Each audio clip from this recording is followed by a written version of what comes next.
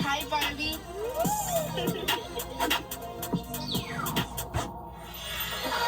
Stop playing with him, Brian. And I'm bad like the Barbie. I'm a doll, but I still wanna party. Pink felt like I'm ready to bend. I'm a 10, so I pull in a can. Boy, Jazzy, stay. Hi y'all, it is your favorite nerdy girl here, Nerdy Girl Reviews, and welcome back to my channel. We are back with my reviews. I know I've been promising them, and here we are again. Also, I have a new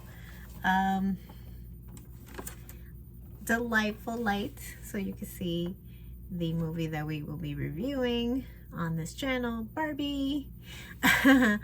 The summer blockbuster of Barbie.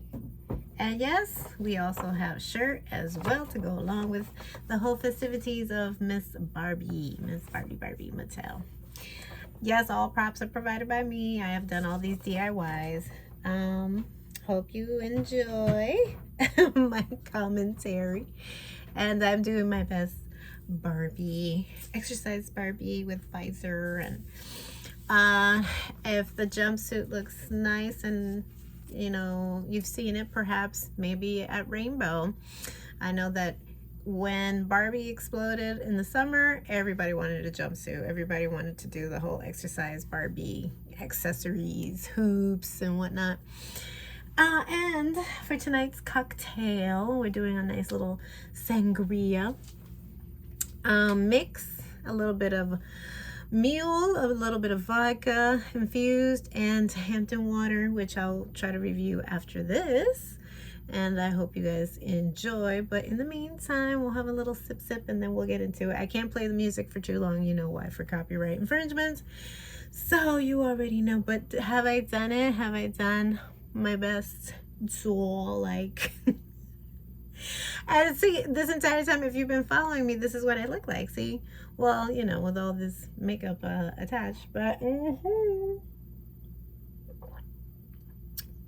I've added some strawberries, some orange slices, some lime juice.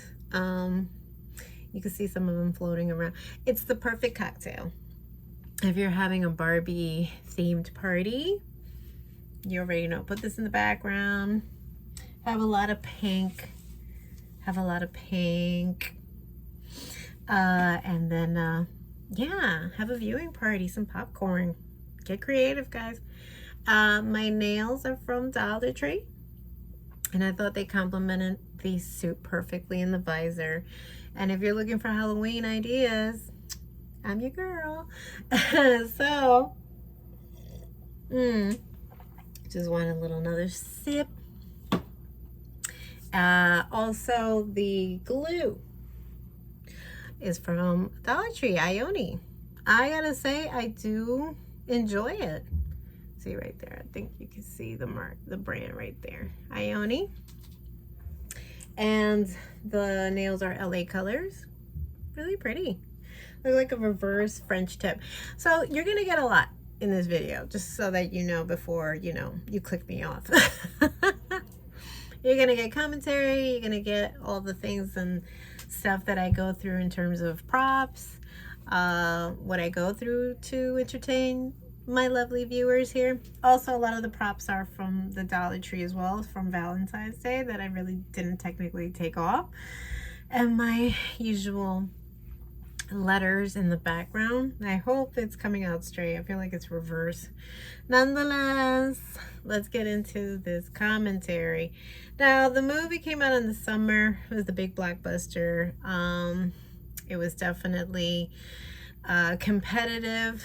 It won what, close to $1 billion in the box office. It was something outrageous like that, and it was put up against Oppenheimer.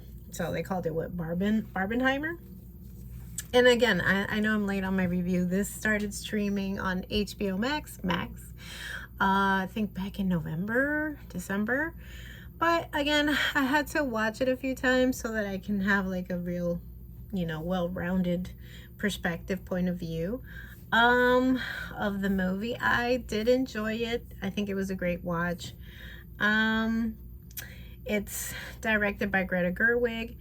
And also cast a plethora of incredible actors. Margot Robbie is our Barbie. Ryan Gosling is our Ken. I'm just Ken. I mean, tell me that that was not like the go-to song, aside from, yes, Billie Eilish had her song, award-winning song that played out throughout the movie and in the credits. I think it's like what was I made for? Beautiful song, very touching. But I'm Just Ken was just like the perfect concoction of like comedy, uh, meets camp, and it was very reminiscent of like maybe his comedy days, because he started out in the Mickey Mouse Club, right? So it's something about that vibe. And then we're not used to seeing him play comedic roles. They're usually kind of dark and whatnot. So I think this movie gave him an opportunity to really stretch out those chops, those acting comedic chops. So if there's an opportunity perhaps for another comedy, which if I'm not mistaken, they mentioned that, or he has mentioned in interviews that he's considering perhaps roles like this that, are more family oriented, I guess. The movie is family oriented.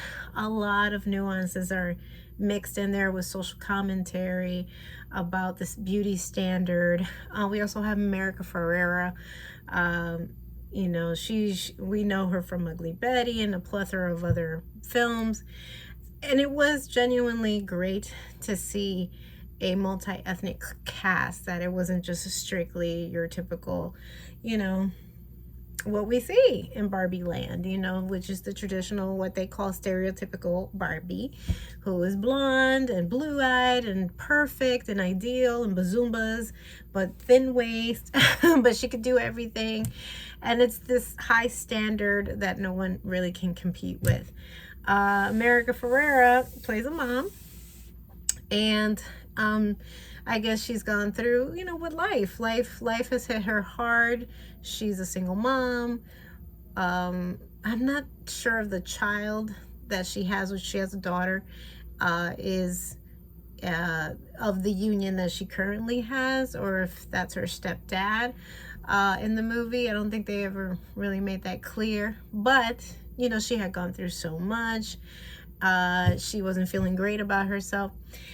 And when we start our world, our movie world in Barbie land, and where everything's perfect. Barbie really doesn't need to eat or drink, but she does all the actions like a human being. She does get up and she yawns and she looks so pretty, and she goes to the shower and gets herself ready. She has her car. All the Barbies in the Barbie land have these esteemed positions and roles in society. They're Supreme Court justices, they're politicians, they're PhDs, they have their doctorates, they're doctors. Kens are just kind of like cute and pretty, and they beach it everywhere. But that's not actually like being anything. They're not lifeguards or anything. They just know how to beach. And Ryan Gosling's Ken is obsessed with our Barbie and almost feels a miss or a loss without her. So he just feels compelled to be her Ken. And even in her dream house, where she has like these fabulous parties and has Dua Lipa somewhere in the background as a mermaid, she has no time for Ken. She's not really into Ken. We don't even know what she's into. So, but she starts having these like quintessential, pondering of life and life expectancy thoughts, and body issues like cellulite. And then she went from her traditional pointed foot to a flat foot, to a regular flat foot. And then she almost loses it. Like, oh my God, what does this spell out? All the Barbies are like, ooh, how do you have a flat foot? You might have to check that out. You might have to go and visit Weird Barbie. And tell me, my fellow Barbie fans, because I was a big Barbie fan, trust me, I had Peaches and Cream Barbie. I had Rockstar Barbie. I'm of that era.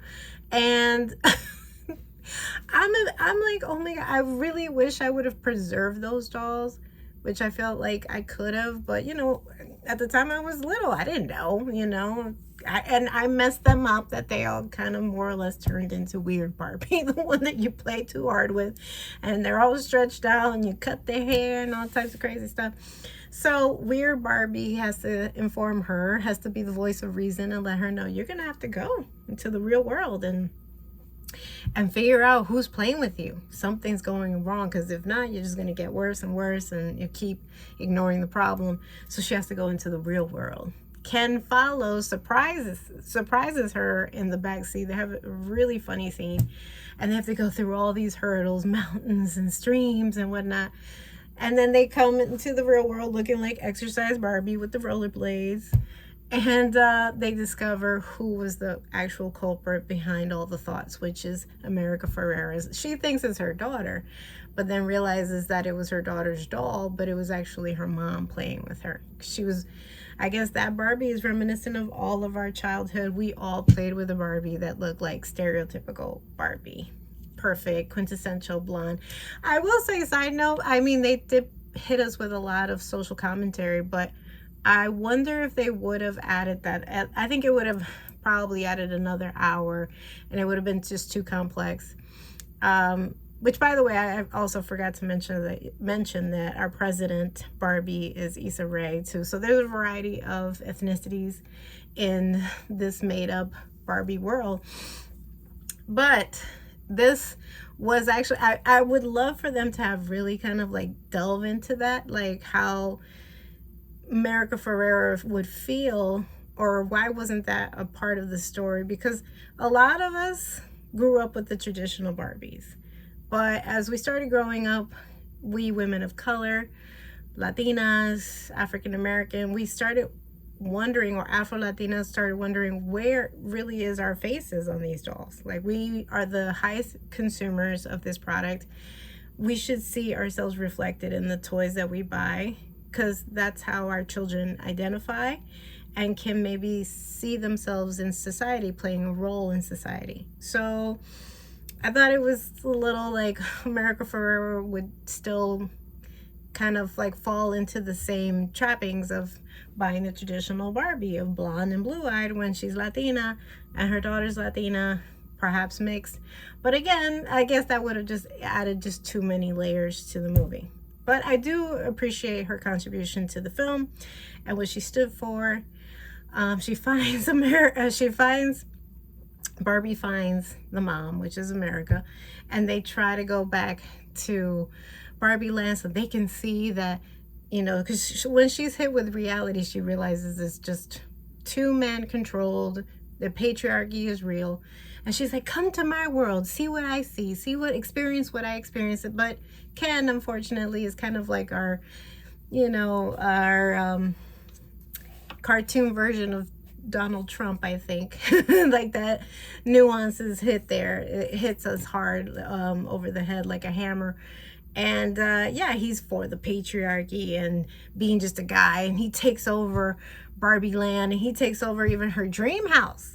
And oh my God, I loved her dream house. I can't tell you how many times I wanted her dream house, and her Ferrari, her pool house.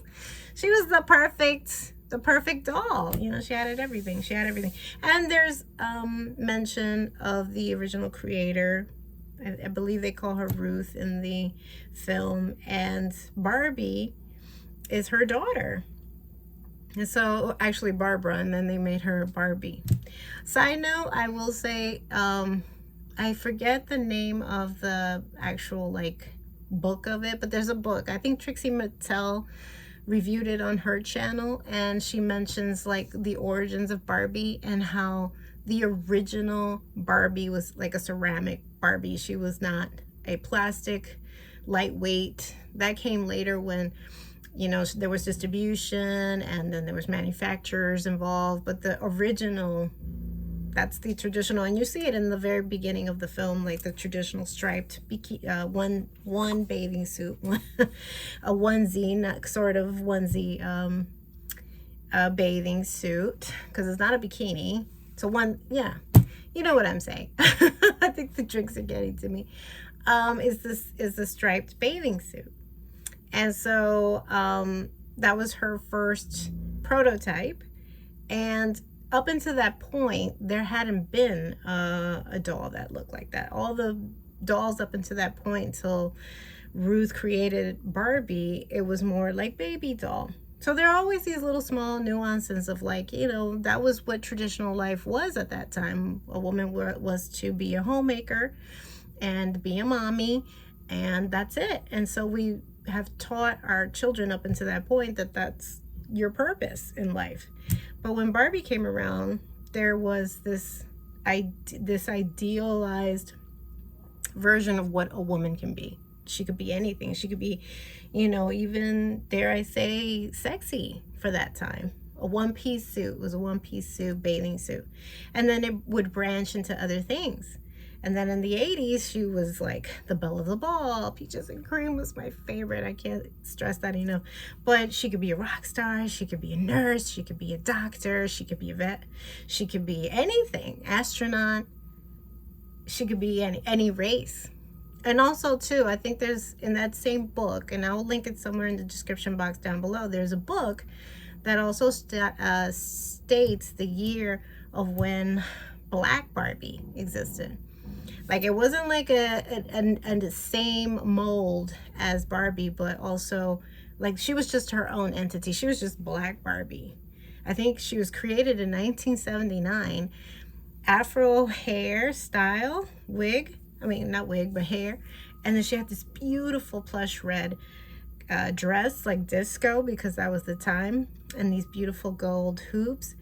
She's a collector's item, I will just say. But 1979 is when we had our first Black Barbie. It wasn't Skipper, it wasn't another. And then I thought it was funny too. They had those little punches of humor of how they mentioned other dolls that weren't as successful. You know, Skipper, another Barbie that I think also was like a maternity Barbie, and other prototypes that really kind of went nowhere, so they stopped selling or making them. So they are able to cook up some plan because for some reason the other Barbies have been hypnotized by the Kens to believe that this is what they want. They want this type of world where Ken is leader. Ken destroys everything, even including the Constitution. And somehow between America Ferrera, her daughter, and the character, and our Barbie, come up with a way of confronting, not confrontational, but just almost like taking off the veil off of their eyes so that they can, or the blindfold off of their eyes so that they can come into the conclusion that they've been duped. And so they play into Ken's insecurities and very thin-veiled ego, and are able to get back Barbie Land. And Ken does not get what he wants. You can see he's a very vulnerable, low self-esteem individual. But Ryan Gosling had really good punches in this film, and all our other Kens as well. And they kind of go back to more or less normal. Not everything is normal. There is some form of balance, and Ken is not just an extra, but he also has to find his own entity. And our Barbie is led away. We're to assume that America Ferrera and her daughter go back to the real world. And also the Mattel creator of Will Ferrell, I swear it felt like an acid dream at times, because it felt like you wanted to believe that this was reality, but then there was just so much camp in it that you couldn't like really keep a straight face and be really like, yeah, this is something that could happen. I mean, it's supposed to be a comedy, so there's that. But our Barbie doesn't feel like Barbie anymore, or doesn't want to be stereotypical Barbie, and doesn't want to go back to her regular Barbie life. So what she was so much wanting turns out that it's not what she wanted. And is led by Ruth, who we are to believe Ruth by this point has passed. This is her spirit. But she encourages her to go into the real world. And towards the end, we can see that she's made friends with America's character in real life, and her daughter, and now her husband. Her husband's learning Spanish. I thought that was cute. And she's booking her first appointment, and you're thinking like, okay, what is she doing? Is she gonna vote? And she visits her. It's her first GYN visit. So, and that's where we end, and then they play the credits. Now, it was very fun, and we are hit with a lot of current societal issues: the patriarchy, the woke culture, how us as women are kind of running that risk of near losing all our rights.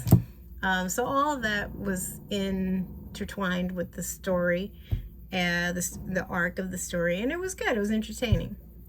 It was heavily promoted. It had merchandise up the yin yang, and then let's add to mention, everybody wanted to be Barbie for Halloween, and it was everywhere. So promotion wise, is great. It did get nominated. I don't know how Greta Gerwig was not nominated for Best Director, because there were some incredible shots and visuals that really felt like, almost like, yeah, you were living in the Barbie dreamland. So, credit to her. And I do really feel that she could have been nominated, at least for that. And America Ferrera have been also nominated for Best Supporting Role. So it had a lot of wins. It is a great family watch. I don't necessarily know if I would watch it again. I watched it because I needed to refresh my memory. I had seen it a few months back, and this is my first time that I'm getting back on camera in terms of review. But it's an enjoyable watch, like I said. I think it's great for family viewing. If you're doing a theme party, I think it's great. Would I say necessarily that I would want to rewatch it or see a part 2 or prequel? Like, I think they'd have to change perhaps the story, but I don't even know. I feel like they bookend. I don't think that there is room or necessity for a sequel, unless they totally change the script or the story or whatnot. But again, it was great to see. I think they really did well in picking Robbie, Margot Robbie, because she looks like Barbie. Like, she's like near perfection. But yeah, and so I do give it a thumbs up. But would I rewatch it again? Necessarily no. But for Halloween, again, you have a lot of Halloween options, and you can, again, there was a Barbie drink, there was Barbie everything, Barbie apparel. Kudos to the promotional team. Man, they really got this movie out there. And again, it won. I think it won, right? Won like Golden Globe for best ticket box office results, or for opening weekend, or something like that. It was crazy. And I think this year coming in, they're going to start doing nominations for casting directors. So again, stay tuned for that. Anyway, we will be back with another review. I think I'm going to review the Hampton Water in my cute Barbie suit apparel. Here, let me take a little sip. It's really nice, really nice. But you have to infuse it with other things, I will say. And I'll see if I review a few more other films that I've been watching and taking note of. And again, all these things are readily available at the Dollar Tree. You just need to be a little bit creative. These are hand painted, and I was able to kind of get this etching, and you feel like you're like a Barbie. If you attach this to something and walk into a Halloween party, who's to say you don't look like a doll? You don't look like a real doll. And the shirt is from Marshall's. Tell me that this isn't adorable. I mean, this is just adorable. You could just wear this with some, like, blue jeans and whatnot, and go to the movies like that. But anyway, I hope you like. Give us a thumbs up. Leave us a comment down below. Did you watch the Barbie movie, currently streaming on Max? Is there something that I missed? Is there something that you like? Did you not like this movie? And let me know also in the comment section down below. And if you like my videos, hit the subscription button and the notification button so you can be alerted of my next DIY, unboxing, gift basket ideas, reviews, DIYs, hauls. And until next time, y'all, XOXO. Nerdy girl. Bye.